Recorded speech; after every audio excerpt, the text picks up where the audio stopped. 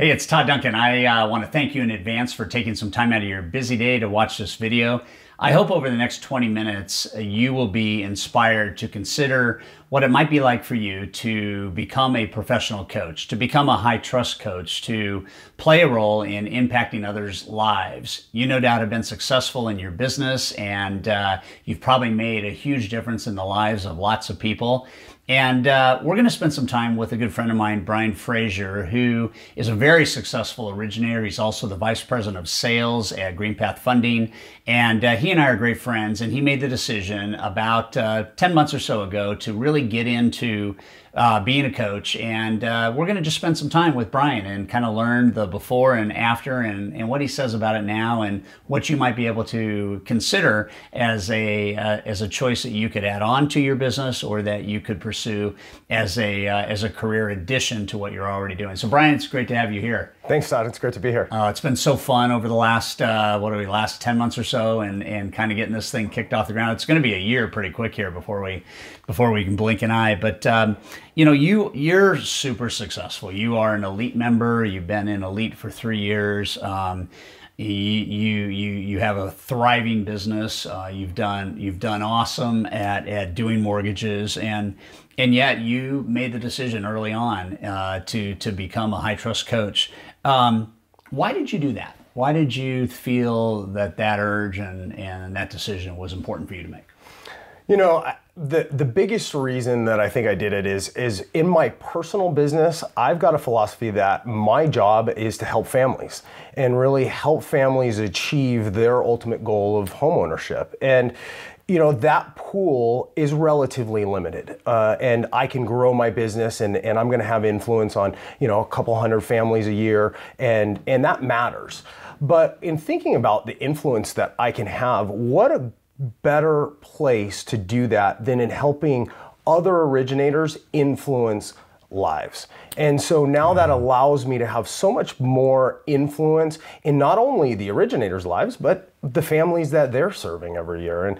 And that to me is where I really felt like, having been an elite for 3 years and having that knowledge, and it was something that I was really going to be able to bring as value to each one of the originators. And I know there's a ton of loan officers out there that are in that same position where they've got mass influence right now on their sphere. And what better way to have impact than help other originators do exactly that same thing? Yeah, it's impact 1 to impact 10 and impact 10 to impact 100. And yeah, so you had to balance the decision with your personal book of business and already being a high performer and then, you know, spending time, you know, coaching other originators to be great. What has it meant to you personally in terms of how it's impacted you?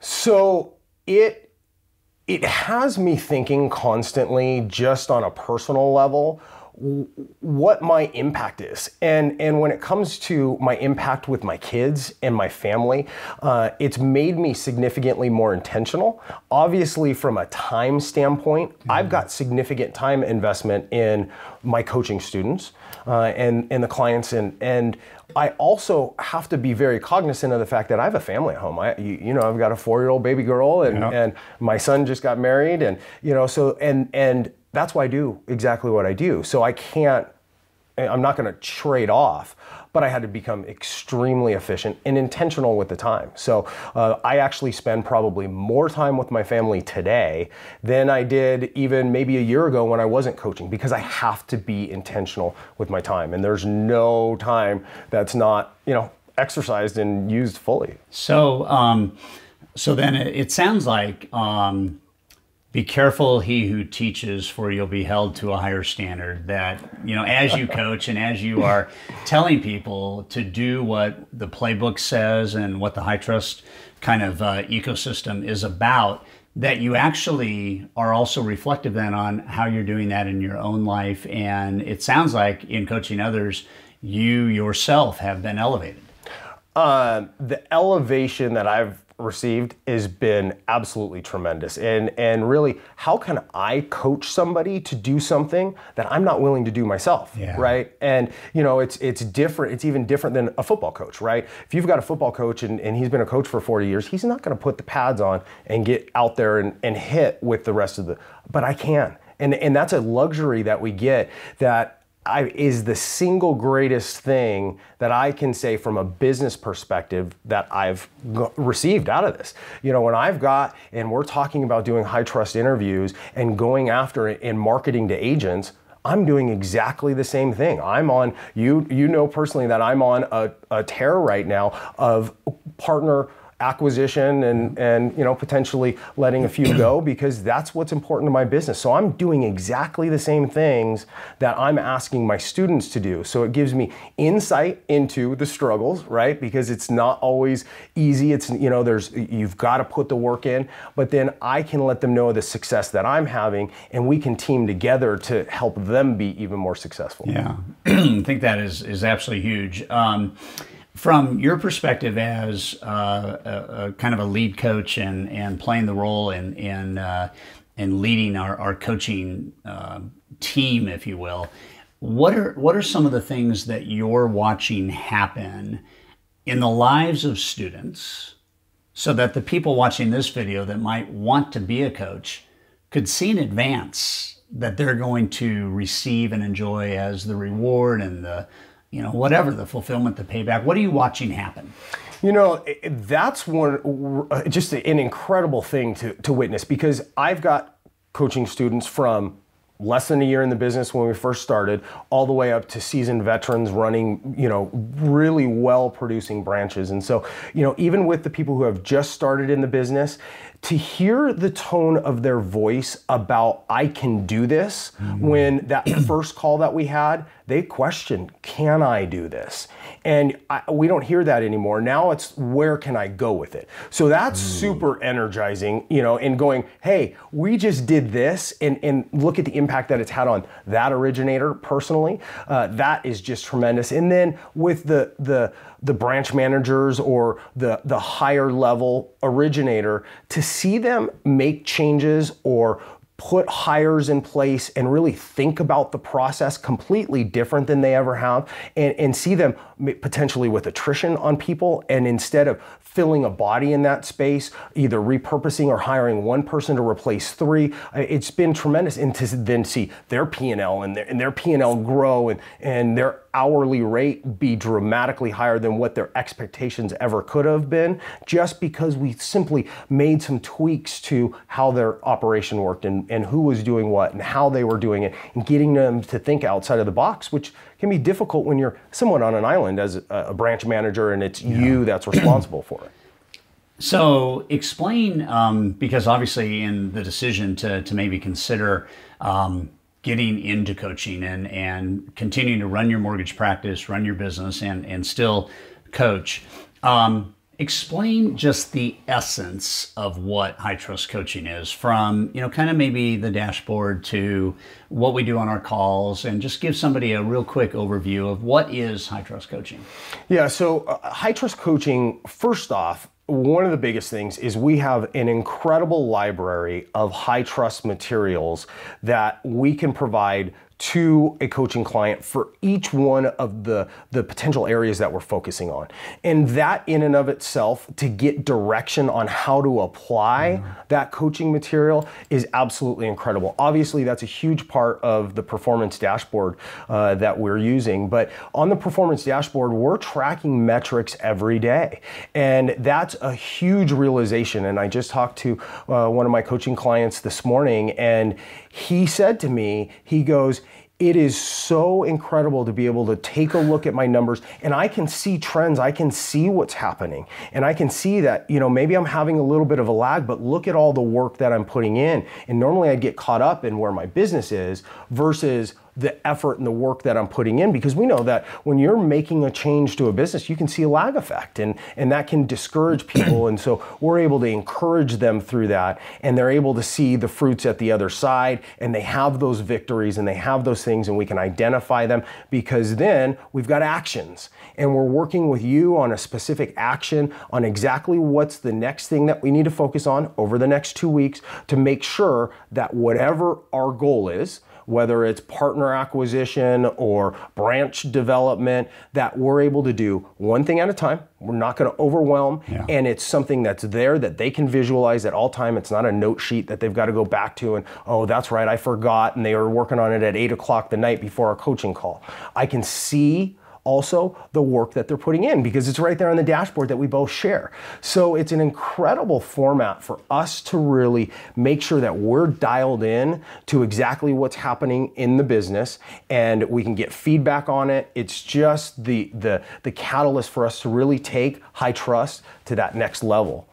Talk about the metrics. Just talk about the key 5 things that we're looking at every day. Yeah, so every day we're going to take a look at pre-quals, right? How many people are you talking to that have a desire to finance? Which obviously then is going to lead to your originations. What's that trigger? How many loans did you originate based on how many pre-quals you received? And then obviously fundings, that's the magic thing that we're going to pay attention to, is the funding side of things. But then to get there, you have to have partner conversations, and you have to have database conversations. You talk about in the High Trust Sales Academy that a truly operating business should have at least 50 to 70% of your business coming from your sphere in your database. Yeah. Well, like you also say, you can't have customers for life unless you participate with them during their life. So we're taking daily metrics on how many people are you talking to on a regular basis. And then, there is the 6th one, which is hourly rate, right? Yep. We need dollarization in there. What are the fruits of your efforts? And let's see that trend. Let's see that pick up. And when we see things off a little bit on it, okay, let's identify and go back. All of that then relates to conversion, right? How are we converting each one of the levels, and can we pick up conversion in one area? How do we pick up conversion? Because some originators don't need more pre-quals, they just need to convert better, right? So it really allows us to have visualization around the focus that each one of our coaching clients needs. Give everybody that's thinking about being a coach, as we kind of get to the end of this, but give everybody a sense of what happens to you when you watch a client win. When you watch their hourly rate go up, or you watch their business, I think in some cases double. I mean, what happens to you? It provides me the additional juice so that when I'm on the phone with either a borrower and one of the families that I'm serving, or going after a new partner, that extra bit of juice to go, I can bring you value, and I truly can bring you value. And it's my mom told me when I was just getting into sales, she said, if you're going to make a call, have a mirror in front of you, because you can't help but smile. Right? So that was something that I always think about when I make those calls. This is that mirror on steroids. It really provides me the additional juice, where I used to kind of dread making those phone calls to my new partner acquisition model, right? I love it now. I get into it, and I literally stand up and I start cheering and getting all excited, and people are like, what's going on in that office? It's because I'm just as excited about my business because of the lift that they're giving, because of their excitement. The power is incredible. So what would you say to somebody who, is considering at this point, I kind of like the sound of this. I kind of like the feel of this. I love giving back. I love making a difference. I love impacting. I'm not sure I want to give up my mortgage business. Maybe everybody's at a different stage, but if you could just zoom out for a second and say, why consider this? What would you say to anybody that's, kind of right now thinking about it? The first thing is, you don't have to give up your mortgage business. I haven't, and I'm in growth mode, right? So it's not even like I'm trying to put it on cruise control. So if you're thinking about it, first off, it's going to give you an incredible lift in your own business because you're helping other people. Right? That intrinsic, right? I'm helping other people is a huge piece to it.